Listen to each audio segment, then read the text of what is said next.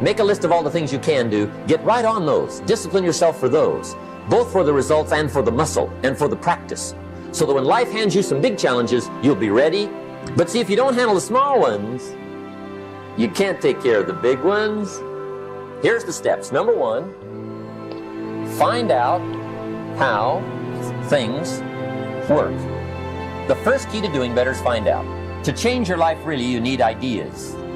There isn't anything an idea can't change. And Schoaf taught me the major problem is lack of an idea, not a problem. At first, I didn't have any money. I said to Mr. Schoaf, I don't have any money. He said, that's not a problem. Now, see, up until then, I always thought it was. I was confused. He said, no, the problem is lack of an idea on how to create money and wealth. It isn't lack of money, it's lack of ideas. So if you get the ideas, see, you can change anything. Now, to get ideas, you need a constant study of finding out. And they have to all be brought under the organizational structure of long-term collective vision. And in order to do that, you have to be disciplined. And any discipline, technically speaking, is an attempt to bring all those competing short-term impulses under a larger scale and more inclusive framework. You do that, and then, well, that's actually what gives you freedom. If you're going to mess around with very complicated and dangerous matters, you should really put your life together. We also know that the higher your conscientiousness, the lower your neuroticism. Conscientiousness does seem to keep neuroticism in check, and so I would say, and have said this to many people, clean your room, organize your life, get a routine, establish disciplined habits. The next subject is setting goals. Let me show you what turned my life every way but loose. Setting goals. Here's what can easily happen if you don't set goals. It's easy to let life deteriorate into making a living instead of designing a life. And we all have a choice. Make a living or design a life. It's easy to get trapped by economic necessity. But the best advice I can give you on how to break out of that trap is to learn how to set goals. Mr. Schoaf put it to me this way. He said, Jim, if you had enough reasons, you could do the most incredible things. If you have enough reasons. Write down your why. What are you doing this for in life? Your why should be something so big that it changes the whole outlook on how things are with you and your purpose. Think about your passion. Think about your opportunities. And that's how you find your purpose. When that why meets up with your passion, your opportunity, your purpose, then you'll find out.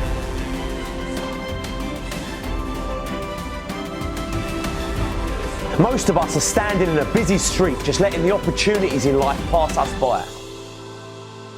We're waiting for the perfect situation, the perfect circumstances, the perfect opportunity, the perfect time. There's never going to be a perfect time or the perfect moment. There's never a perfect moment to do something great with your life. Take a look at the clock. That thing ain't stopping for nothing, baby. It's going to keep ticking, keep moving, keep passing you by all the time you're waiting for it to read perfect o'clock. You have to take action now. Whatever that goal is, whatever that dream is that you're holding in your mind, now is the time. Forget all your excuses. Forget all your problems. Not tomorrow, not next week, but right here, right now. Why keep looking around at people that are where you want to be, living the type of life you want to live? Look at that place where they are and say to yourself, now is my time. Now is my moment. Now is your moment. Today is that day. I want you to be terrified of sitting on the sidelines and doing nothing. Waking up in 6 days or 6 weeks or 6 years or 60 years and being no closer to your goal. You've made no progress. That is the nightmare. Do the extra repetition, run the extra mile, go the extra round, make the right choices. Give the full measure. Fight back. Go down swinging. Give every day everything you've got. Embed that long-term goal in your mind. Burn it into your soul.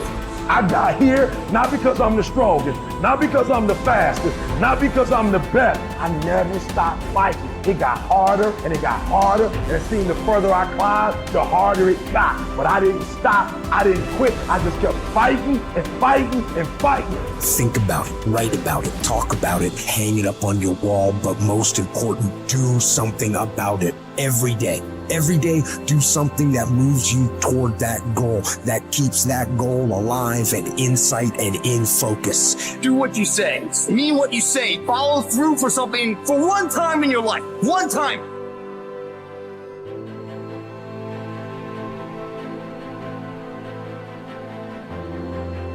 Most people can motivate themselves to do things simply by knowing that those things need to be done. But not me. For me, motivation is this horrible, scary game where I try to make myself do something while I actively avoid doing it. If I win, I have to do something I don't want to do. And if I lose, I'm one step closer to ruining my entire life. And I never know whether I'm going to win or lose until the last second. Temperance is not deprivation, but command of oneself physically, mentally, spiritually. Demanding the best of oneself even when no one is looking, even when allowed less. It takes courage to live this way. Not just because it's hard, but because it sets you apart. The warrior has awareness.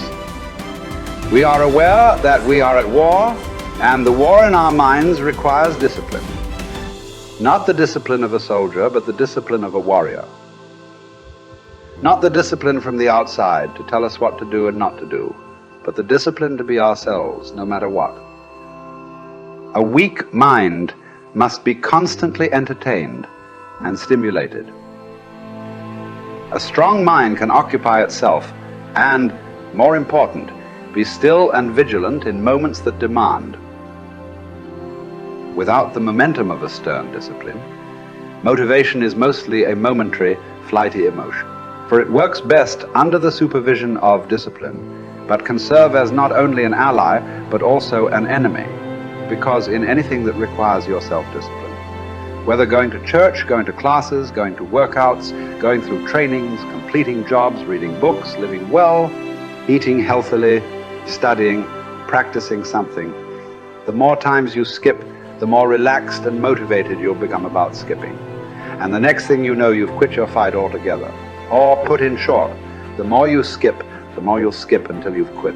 Maybe then you'll see that motivation bears its fruits when watered by discipline, but it spoils when not. We don't need accomplishments to feel good or to be good enough. What do we need? The truth. Not much. Some food and water. Work that we can challenge ourselves with. A calm mind in the midst of adversity. Sleep. A solid routine, a cause we are committed to. Something we're getting better at. Everything else is extra. Or worse, as history has shown countless times, the source of our painful downfall. If the first step is just showing up, committing to doing something each day, then the next step is finding something to focus on getting better at each day. And in this, where cumulative improvement meets compounding returns, we can harness one of the most powerful forces on earth. Think about it. Most people don't even show up. Of the people who do, most don't really push themselves. So to show up and be disciplined about daily improvement, you are the rarest of the rare. Life is filled with all sorts of difficulties and challenges. Work will not always go well. But working out is in our control. It is a contained space in which the only potential obstacle is our determination and commitment. Swim. Lift weights. Train in jiu-jitsu. Take long walks. You can choose the means, but the method is a must. You must be active. Get your daily win. Treat the body rigorously, as Seneca tells us, so that it may not be disobedient to the mind. Because as you're building muscle, you're also building willpower. More important, you're building this willpower and strength while most people are not. The body, you must understand, is a metaphor. It's a training ground, a proving ground for the mind and the soul. What are you willing to put up with? What can you do without? What will you put yourself through? What can you produce with it?